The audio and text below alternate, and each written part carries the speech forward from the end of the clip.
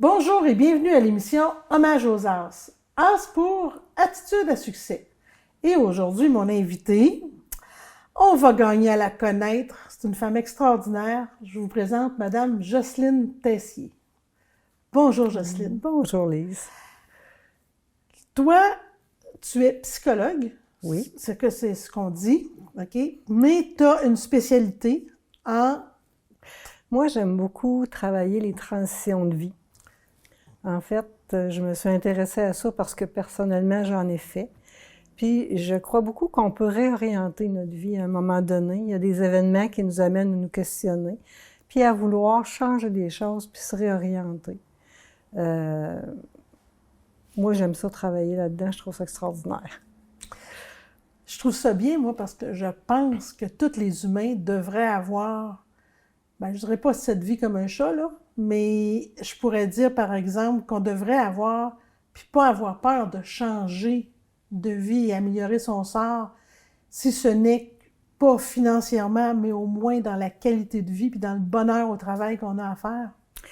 Moi, je dirais plus que ça. Quand on fait une transition pour aller vers quelque chose qui nous ressemble plus, vers quelque chose avec lequel on est plus bien, qui nous ressemble, puis qui rejoint nos valeurs profondes, ça peut juste être mieux, à tous les niveaux.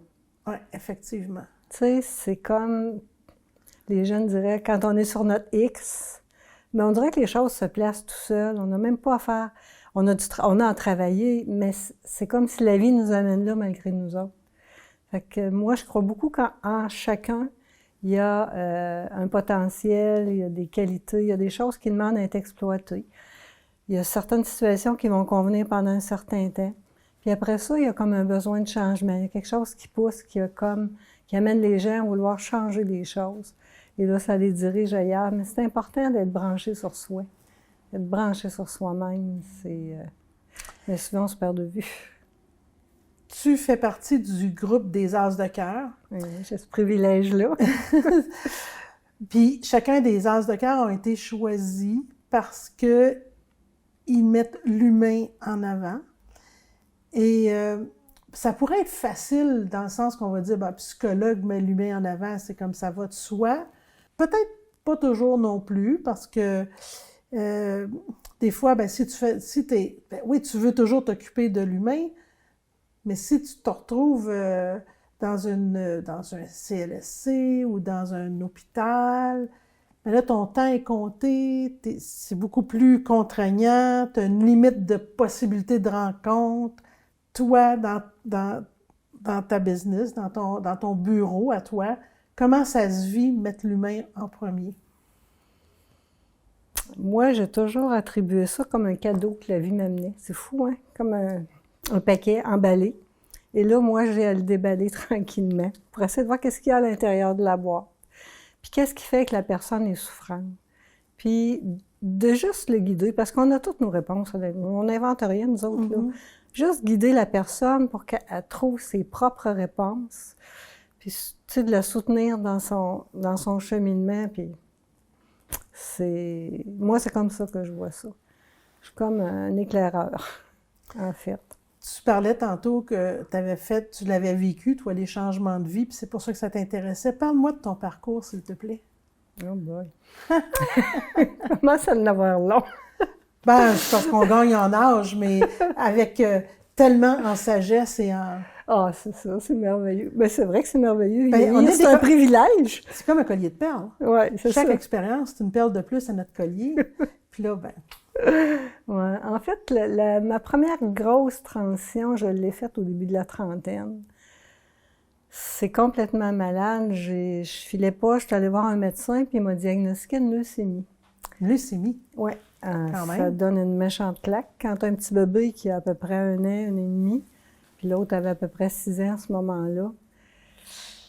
Puis j'étais pas, tant sur le plan personnel que professionnel, que familial, j'étais pas vraiment bien à cette période-là. Puis ça, ça a été comme un coup de masse dans le front. Puis je regardais mes enfants, puis je me disais, mais mon Dieu, si je meurs demain, je vais avoir à passer à côté de ma vie. Travaillais-tu à ce temps-là? Oui, mais en fait, moi, mon premier bac est en génagogie. Personne ne sait ce que c'est. Ça existe c'est quoi plus. ça? C'était des spécialistes de l'organisation fonctionnelle des groupes. Ça se donnait seulement à Trois-Rivières. On était habilités à travailler avec des groupes, mais pas nécessairement avec une problématique particulière. OK. Fait que moi, je me suis ramassée dans différents milieux. Puis, j'ai travaillé avec les mères célibataires, les ex-détenus, les déficients intellectuels. C'était tout. Puis moi, je n'étais pas bien dans le module institution. Fait que j'ai tout laissé ça. Je suis allée travailler pour une boutique de savon, des manteaux de fourrure, toutes sortes d'affaires. Puis, à un moment donné, j'ai travaillé pour une compagnie de téléphone. Puis, c'est à ce moment-là, quand je travaillais pour cette compagnie-là, que cette annonce-là est arrivée. Fait que là, ça a tout remis ma vie en question. Ça a remis mon couple, ça a remis mon travail, ça a remis ma vie personnelle. Et là, je me suis dit non. Puis je me souviens, mon père avait dans 80, je sais pas s'il avait 80 à l'époque, mais je sais pas, on parlait ensemble à un moment donné, puis il me disait, j'aurais donc dû. Je me disais, c'est pas vrai, j'aurais pas vrai comment dire ça. Non. Fait que j'ai été vraiment j'ai des amis proches, il y en a une qui est orientrice, l'autre était psychologue, qui m'ont aidé à définir ce que je voulais. Parce que j'étais un peu mêlée, je savais pas trop quoi faire. Je savais que j'étais pas à bonne place, mais je savais pas trop quoi. Mm-hmm. Fait que après ma séparation, là, je me suis mis à fouiller. Puis finalement, c'est une amie en jasant qui me dit « Pourquoi tu t'en vas pas psychologue? Tu as tellement d'écoute, Jocelyne. » Je dis « Moi, psychologue, t'es malade. » Puis, mais... c'est tellement bien fait, là, c'est incroyable. J'ai commencé les cours de soir. T'avais quel âge à ce moment-là? J'avais 31 ans, 32 ans. Quand je dis que tout est possible, hein? On reprend sa vie, on vire ça de bord, 31 ans, on retourne à l'école. Génial, j'adore. J'ai été quelques années, j'ai fini à 42 ans en fait, parce que à 31 ans, j'ai commencé à faire des cours du soir, tranquillement. Puis là, quand c'est venu clair, j'avais pas le choix parce qu'il y a des cours qui se donnaient juste de jour. Fait que, il fallait que je laisse l'école, mais j'ai été choyée. La compagnie pour laquelle je travaillais, c'était dans les années 96, ils commençaient à faire des downsizing à ce moment-là. Okay. Puis ils avaient offert, ils me payaient mes cours. Ah oui! Ils m'ont payé même une partie. Ils me donnaient une partie de mon salaire pour être aux études. L'été, j'ai pu travailler pour eux autres. Puis finalement, ce que j'aurais pu faire pour eux, moi, c'est plus du bureau privé. Fait que je les ai... mais, tu sais, la vie m'a portée. Là. Je me souviens, à un moment donné, je manquais de sous. Puis j'ai reçu un chèque du gouvernement, je sais pas d'où ça venait. Un retour d'impôt, je sais pas trop, que j'avais peut-être... En tout cas, fait que j'ai ça à rentrer, je dis merci mon Dieu, puis ça... Mais tout s'est enligné, là, c'est extraordinaire ce que j'ai vécu, puis j'en parle, puis j'ai encore ce sentiment de gratitude-là, là, tu sais, je me dis, ça n'a pas de bon sens.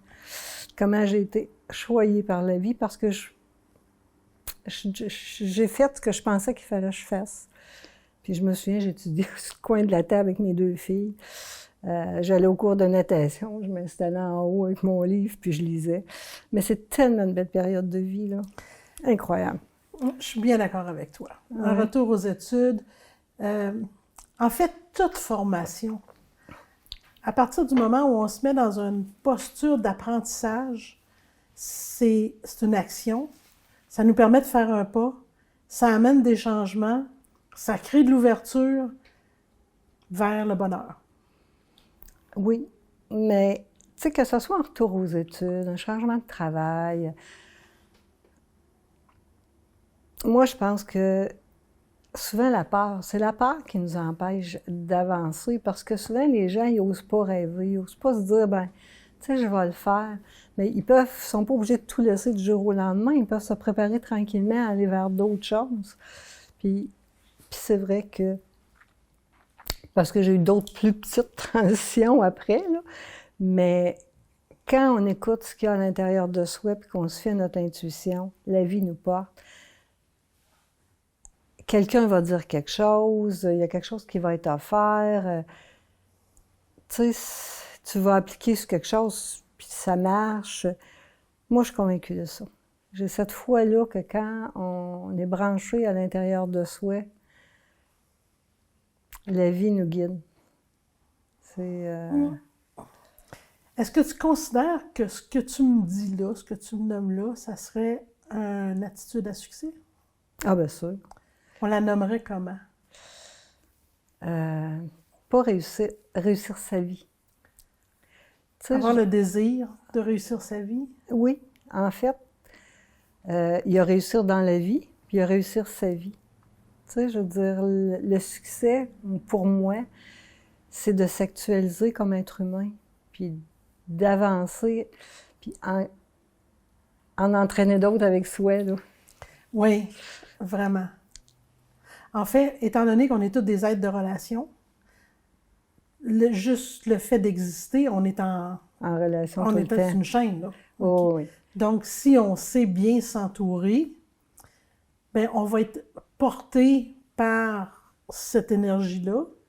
Puis autant nous, on est porté par cette énergie-là, nous, on porte des gens autour de nous dans une énergie... Ben, dans notre enthousiasme, dans notre joie de vivre, dans notre passion pour ce qu'on fait, ben, tu sais, ça donne le goût aussi. Tu sais, quelqu'un qui est passionné... Y a-t-il quelque chose de plus intéressant que d'écouter quelqu'un qui est passionné de ce qu'il fait? Même des fois, c'est pas tellement des sujets qui m'intéresseraient, mais juste d'écouter quelqu'un qui est passionné de ce qu'il fait, là, moi, ça me remplit, en tout cas. Tu sais, je trouve ça beau. À partir du moment où les gens ont une conversation constructive, ouais. on est en construction, puis il y a la passion dans cette construction-là, puis en lien aussi, tu sais, qui est comme... Ça, là, c'est... Puis là, tu as parlé d'un élément qui est important, c'est l'écoute. Moi, je me souviens, il y a des gens qui me disaient « Hey, donc bien fine, Lise. » Lise, elle n'a pas été fine, elle n'a rien dit. Tu sais, j'ai pas l'impression...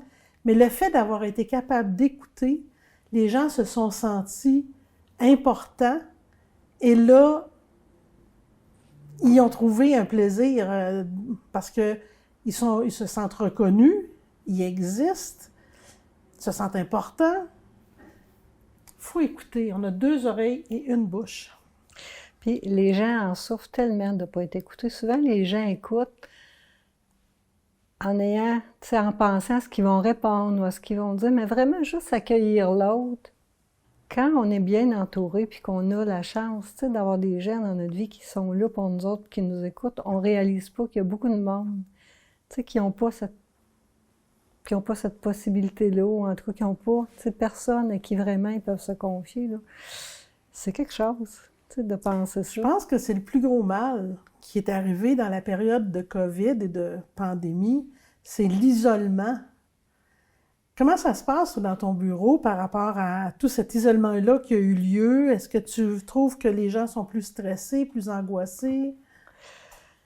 À date, je dirais que oui, il y a comme un fond d'anxiété. Là. Tu sais, je veux dire, c'est comme si on se promène tous avec une certaine réserve. Dans mon bureau, oui, il y a des choses qui sont liées à ça, mais quand les gens viennent, souvent, c'est pas le motif principal de consultation. Mais c'est sûr que ça ajoute à l'anxiété ou aux difficultés qu'ils peuvent vivre, parce que là, tu sais, s'ils sont avec un conjoint qui va pas, puis que ça va pas bien, mais tu sais, quand t'es pris 24 heures dans la maison avec quelqu'un avec qui t'as de la difficulté à vivre, c'est beaucoup plus difficile que quand ça va travailler, c'est long. Ou si t'es tout seul chez vous puis que t'as pas de contexte encore. Tu sais, je veux dire, les gens ont moins accès à ce qui leur faisait du bien parce qu'ils compensaient. Puis le contact, moi, ce qui revient tout le temps, là, mon Dieu, j'ai hâte de serrer le monde que j'aime, tu sais, dans mes bras, là. Il me semble que, tu sais, des embrassés, c'est souvent ça qui revient, de toucher. C'est quoi la moyenne d'âge des gens qui te consultent pour un changement de carrière ou un changement de vie? La trentaine. Entre 30 et 40, là, c'est des belles années. Ah oui, ça se passe là? Bien, c'est souvent la période de la vie. Je dirais, entre 30 et 40, il appelait ça crise de la trentaine dans le temps, là, mais c'est que tu remets en question les valeurs familiales, tu remets en question ce que... Puis tu es déjà parti dans la vie. Puis là, oups, à un moment donné, tu n'es plus sûr que c'est vraiment ça que tu veux. Fait que c'est comme une période qui est comme propice, tu sais, à faire des changements, puis à se réorienter autrement. Oui, parce que là, à ce moment-là, tu as le temps de reprendre en main. Mais moi, je l'ai fait dans la quarantaine. Ouais, c'est bien parfait, ouais. ça. Fait que début quarantaine, puis j'en suis fort aise. Fait que, en fait, je pense que le changement, ce que ça m'a apporté, c'est tout un autre... J'aurais jamais pensé, honnêtement, quand j'ai commencé ma carrière, j'aurais jamais pensé que j'aurais été un jour, même assis ici, en train de faire une entrevue ou que j'aurais fait autre chose que de la décoration ou vendre des meubles. C'est ce qui était dans ma famille depuis... Alors, quand j'ai changé de carrière, je savais vraiment pas. T'es jeté dans le vide. Puis c'est là, je pense que beaucoup de gens, on panique parce qu'on met deux genoux à terre. C'est normal. Puis là, on pogne le mur, puis on se demande pourquoi, puis est-ce qu'on n'est plus bien, où est-ce qu'on est, on n'est plus bien dans ce qu'on fait. Et là, on doit aller puiser dans toutes nos ressources ce qu'on est. Ça, c'est un beau cadeau qu'on s'offre quand on fait ça. Effectivement, c'est un beau cadeau. T'sais. Parce que là, on reconnaît nos forces à ce moment-là. C'est plate parce que ça prend souvent une perte d'emploi, une séparation, une maladie. Souvent, ça prend un choc. Pour que la personne, elle avait comme l'air d'aller, puis là, elle vient de frapper un mur. Fait qu'en frappant le mur, là, c'est comme ça, elle se retrouve assise, puis elle dit « Je fais quoi? » C'est comme ton exemple à toi, dans le fond. Puis c'est épeurant. Terriblement. C'est angoissant parce que là, tous tes repères, ils sont plus là. Ce qui était là avant n'est plus là. Puis là, tu es obligé de reconstruire, mais à partir de toi. Puis c'est de se faire suffisamment confiance dans ce cheminement-là pour te dire que tu vas les trouver, tes réponses. Mais il faut être bien accompagné pour trouver la confiance en soi. Parce qu'au départ, on ne s'est même pas questionné sur ce que c'était la confiance en soi. On a notre jeunesse, la fougue, l'énergie de la jeunesse, puis on pense que notre vie s'est réglée, puis que ça s'en va par là. Puis là, tout d'un coup, il arrive plein de choses. Puis là, tu dis, attends une minute, là, mais c'est pas ça par tout que je pensais. T'es comme face à un échec, puis on te demande d'aller puiser tes ressources pour devenir comme un tremplin pour être meilleur. Il y a comme une dualité qui est là-dedans. Fait qu'il faut être bien accompagné. Oui, puis en fait, souvent, les gens, ils vont... Tu sais, comme un peu quelqu'un qui a le sentiment de se noyer, accroche tout ce qui passe. Mais c'est ça le danger. Il ne faut pas qu'il accroche nécessairement tout ce qui passe puis ce qui se réengage. Ou s'il le fait, il faut vraiment qu'il sache que c'est temporaire. C'est pour ne pas couler. Mais il faut qu'il fasse confiance qu'il va trouver en lui ses réponses puis qu'il va avoir suffisamment de force pour aller chercher ce qu'il a besoin. Moi, je crois en l'être humain. Reconnaître une bouée pour une bouée. Oui. Un travail alimentaire pour un travail alimentaire. Exactement. Qui est un trait d'union pour aller vers où j'ai le goût puis la vie que je veux avoir. Exactement. Là, il y a une question que je suis obligée de te poser, là. Oui. Comment va ta leucémie? Très bien. C'était une erreur de diagnostic, en fait. C'est une erreur de diagnostic? Oh.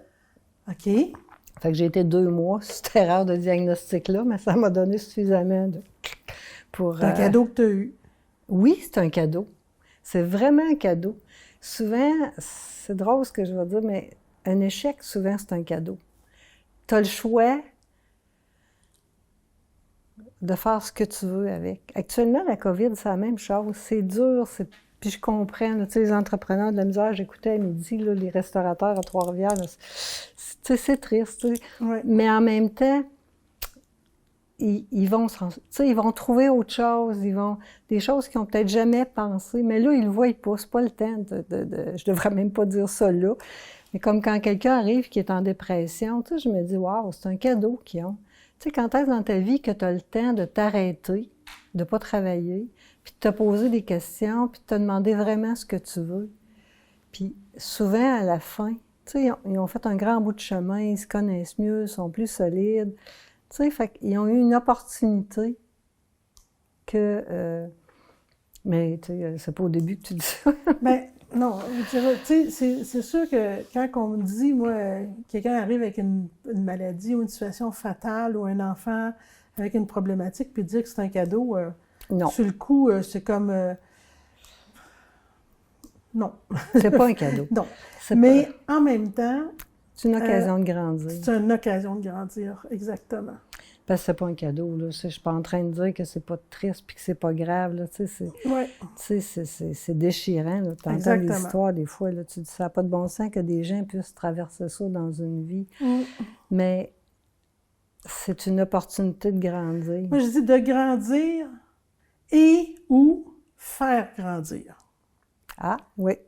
Parce que des fois, juste ce qui arrive à l'autre, je le regarde, puis là, moi, je puise là-dedans, puis je me dis, écoute, si cette personne-là peut faire ça, Lise, enlève-toi les doigts dans le nez, là. Tu sais, parce que tu as tout ce qu'il faut, là. Fait que, ils sont aussi, des fois, inspirants, les échecs qu'on a, puis la façon dont on rebondit, c'est inspirant pour soi, mais c'est inspirant pour les autres aussi. Oh oui, ça c'est sûr. Quand on voit certaines personnes, comment elles réussissent à sortir de des situations vraiment dramatiques, puis souvent pour aller plus loin, pour être mieux, pour être plus heureux, tu te dis, mon Dieu, tu sais, l'être humain, il est fait beaucoup plus fort qu'on pense. Il est très résilient. Très résilient. C'est pour ça que je vais t'offrir une plante qui est très résiliente. Alors, imagine-toi, est-ce que c'est un Tillandsia? Est-ce que tu connaissais ça? Non. Alors, un Tillandsia, c'est un petit moignon de plante que c'est Karine Beauchesne de Fleurs et Trésors, c'est elle qui m'a fait connaître ça. Puis, ça a juste besoin d'un petit peu d'humidité une fois par semaine.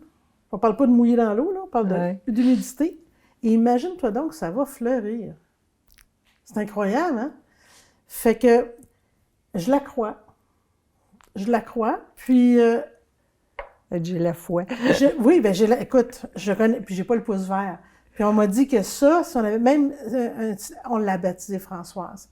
Impossible de faire baptiser Françoise, de faire baptiser, de faire mourir Françoise si on s'en occupe à peine un petit peu d'humidité. Est-ce que tu veux choisir une pierre? Par goût, je vais prendre celle-là. L'amour. Oui, oui. Mais je trouve que c'est tellement bien parce que l'amour, tu vois, j'ai pris ma feuille pour être sûr que je donnais les bonnes définitions. Hein? Alors, c'est le sentiment intense et agréable qui incite les êtres à s'unir. Et moi, j'aime ça parce que être à s'unir, c'est s'unir à d'autres, mais c'est s'unir à soi aussi. Parce que quand on est en équilibre puis en harmonie avec soi-même, puis qu'on fait un, c'est déjà extraordinaire. Et c'est le désir d'accomplir le bien d'autrui. Parce que c'est vrai que quand on fait du bien, mon Dieu que c'est le fun puis que c'est valorisant. L'amour, je pense, c'est la source de tout. Il y a comme vraiment deux émotions de fond. Il y a la peur puis il y a l'amour. Quand tu agis par amour, tu es toujours gagnant. Mais souvent, les gens, ils ont peur, puis c'est souvent ça, la souffrance. Infligée ou reçue, c'est par peur. Mais quand tu rouvres ton cœur puis tu y vas avec amour, ça ne peut pas faire autrement que de marcher. Pas toujours facile, par exemple. Non, il n'y a pas personne qui a dit que ça serait facile, mais c'est vrai que la peur est un grand facteur d'anxiété, de stress, d'angoisse. Puis les peurs, des fois, sont justifiées, puis des fois, ils ne le sont pas, puis des fois, ils sont juste démesurés. Fait que il y a une question de perception là-dedans. Oui, il y a vraiment une question de perception, mais quand notre agir est davantage axé sur l'amour que sur la peur, c'est généralement c'est porteur. Et je dirais l'amour de soi. Ah oui, ça commence là. Ça commence là, hein? On ne peut pas aimer. On aime les autres dans la mesure où on s'aime soi-même.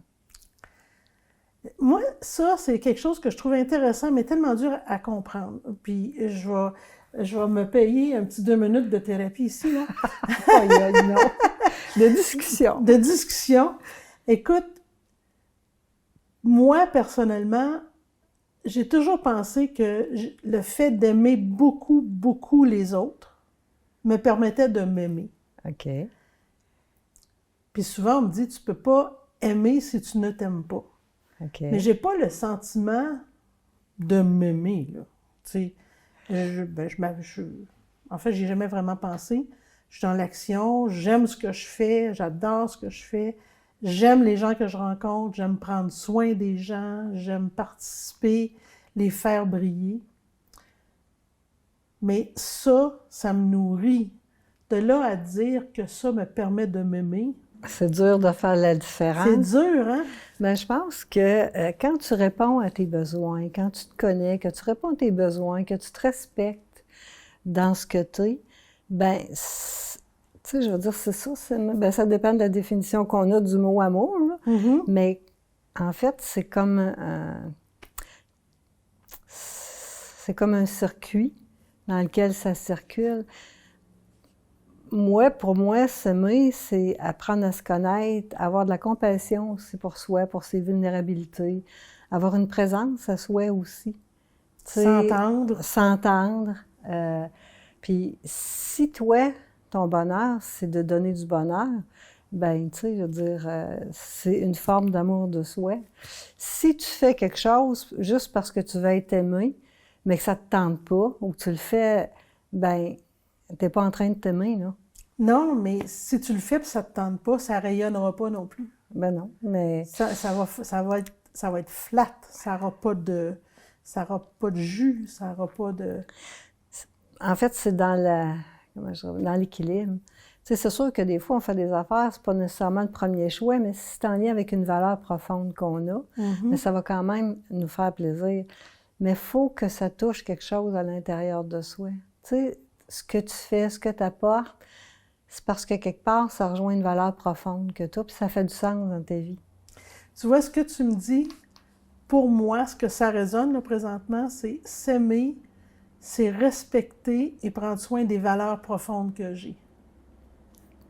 Ça fait du sens, c'est ça. Ça fait du sens, hein? Ben oui, parce que, tu sais, on est tous différents, on a tous des qualités, des compétences, on a tous des valeurs différentes, mais quand ce qu'on fait est en lien avec ce qui fait du sens pour soi, ça ne peut pas faire autrement, c'est de s'aimer, ça. Merci, Jocelyne.